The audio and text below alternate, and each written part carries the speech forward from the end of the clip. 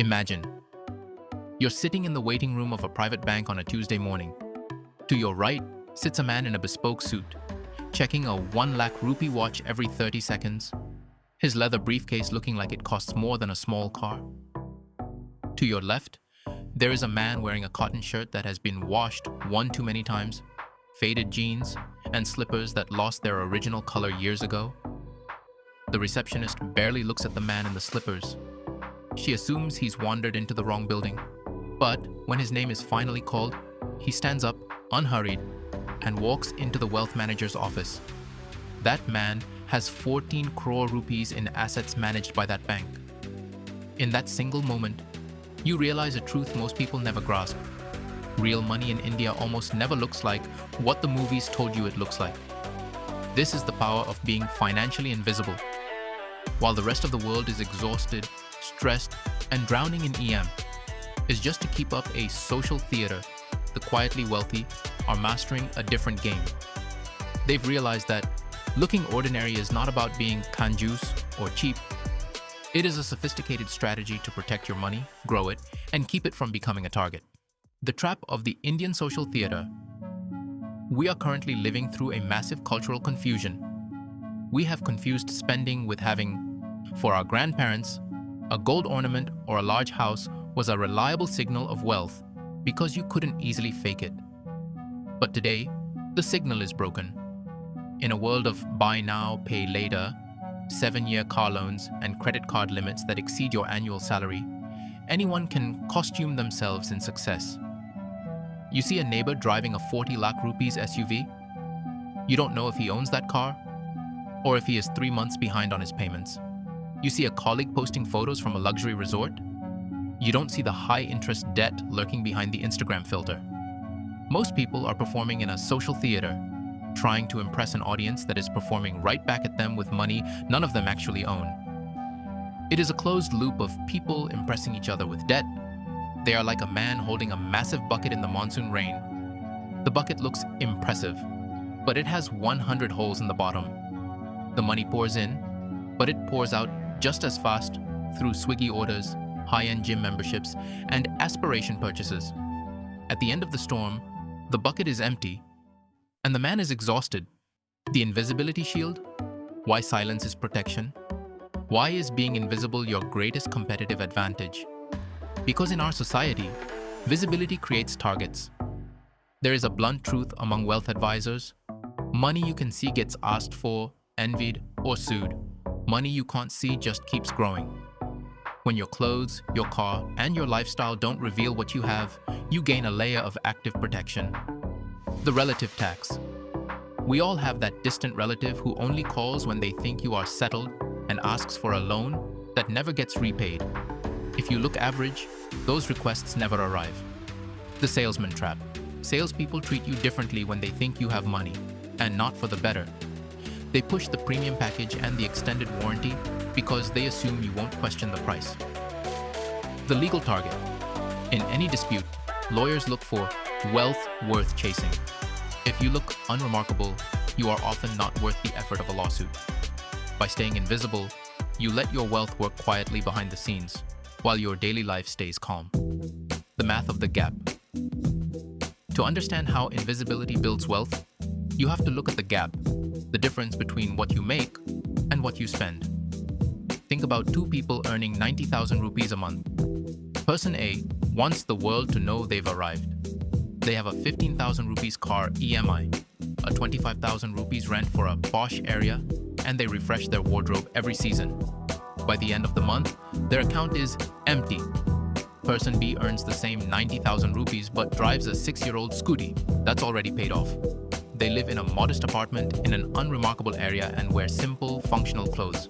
Nobody on the street would guess they earn that much. Every month, 30,000 rupees of their salary is routed into investments before they even see it. 10 years later, the difference isn't just a few lakhs. It's a difference of tens of lakhs because of the compounding effect.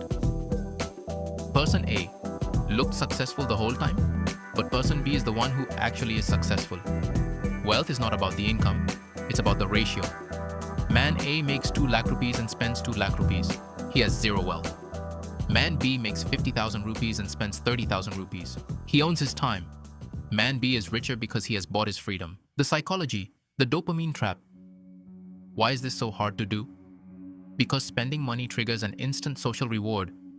When someone admires your new watch or car, your brain gets an immediate hit of validation. It's fast, visible, and addictive. Investing, however, offers zero instant reward. No one stops you on the street to congratulate you for a 50,000 rupees SIP transfer. There's no photo to post. The reward for looking poor arrives years, sometimes decades, later in the form of options and peace of mind. The people who build real wealth are the ones who can tolerate the discomfort of not being admired today so they can be free tomorrow. Real status doesn't need to be announced. It holds itself up in assets and businesses that generate income while you sleep. The Kakeibo method, reclaiming your mind. How do you maintain this invisibility in a world designed to make you spend? The Japanese have used a system for over a century called Kakeibo, which translates to household financial ledger. It's not an app. It's a physical notebook and a pen. The problem today is the UPI trance. When you scan a QR code or click Buy Now, the money is invisible. You never feel the pain of paying. Corporations want you to spend in a trance. Kakeibo forces you to recouple that pain.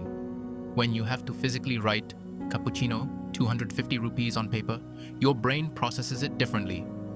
You start to ask, is this worth the life energy I traded for it? If you earn 500 rupees an hour, that coffee cost you 30 minutes of your life. Was it worth 30 minutes of your labor? Kakeibo uses 4 pillars to categorize every rupee. Survival, rent, ration, electricity and medicine. Optional, eating out, shopping and subscriptions. This is where the leaks are. Culture, books, courses, or learning a skill. This is an investment, not a waste. Extra, unexpected repairs or wedding gifts. By tracking these, you stop the bleeding from 1,000 tiny cuts. You realize you might be feeding your body while starving your mind. The discipline of enough. The quietly wealthy often practice the concept of tadu, knowing when you have enough. Modern advertising screams that you are incomplete without the latest gadget. Kakeibo whispers that you already have what you need. This leads to the concept of monozukuri, a deep respect for things. Instead of buying new shoes, you polish the old ones. Instead of a new phone, you clean the old one. By caring for what you own, you reduce your desire for newness. This discipline creates artificial scarcity. By paying your savings first, treating your future self like a landlord, you force yourself to be more creative with what remains. You don't starve, you just stop wasting. The ultimate insight: freedom versus validation. The hardest part of becoming financially invisible isn't the math. Saving 500 rupees a week is not complicated. What is hard is the emotional discomfort of being the person in the room who seems to have less. It's the discomfort of staying home while others go out or wearing the same shoes for another season. But you must remember, every rupee you spend to look successful is a rupee that can no longer work to make you successful. Every rupee you save is a tiny employee that works for you, investing and growing until it buys you a day where you don't have to work at all. Real status doesn't need to be announced. It holds itself up in the form of assets and investments that generate income while you sleep. Real freedom is not being able to buy expensive things. It is not needing anyone to know that you can. Your 7-day mission. Don't let this be another video you watch and forget. We are challenging you to the 7-day Kakeibo challenge. For the next week, do not check your banking app. Carry a small notebook. Every time you spend, even 10 rupees for a chai, write it down by hand. At the end of the week, circle the wants in red. You will be shocked at how much money you are setting on fire just to maintain an image. Awareness is the first step to change. Are you willing to be financially invisible today so you can be truly free tomorrow? Stop the leaks. Patch the bucket. Pick up the pen. The path to riches doesn't start with a lottery ticket. It starts with a notebook. Master your money, or it will master you.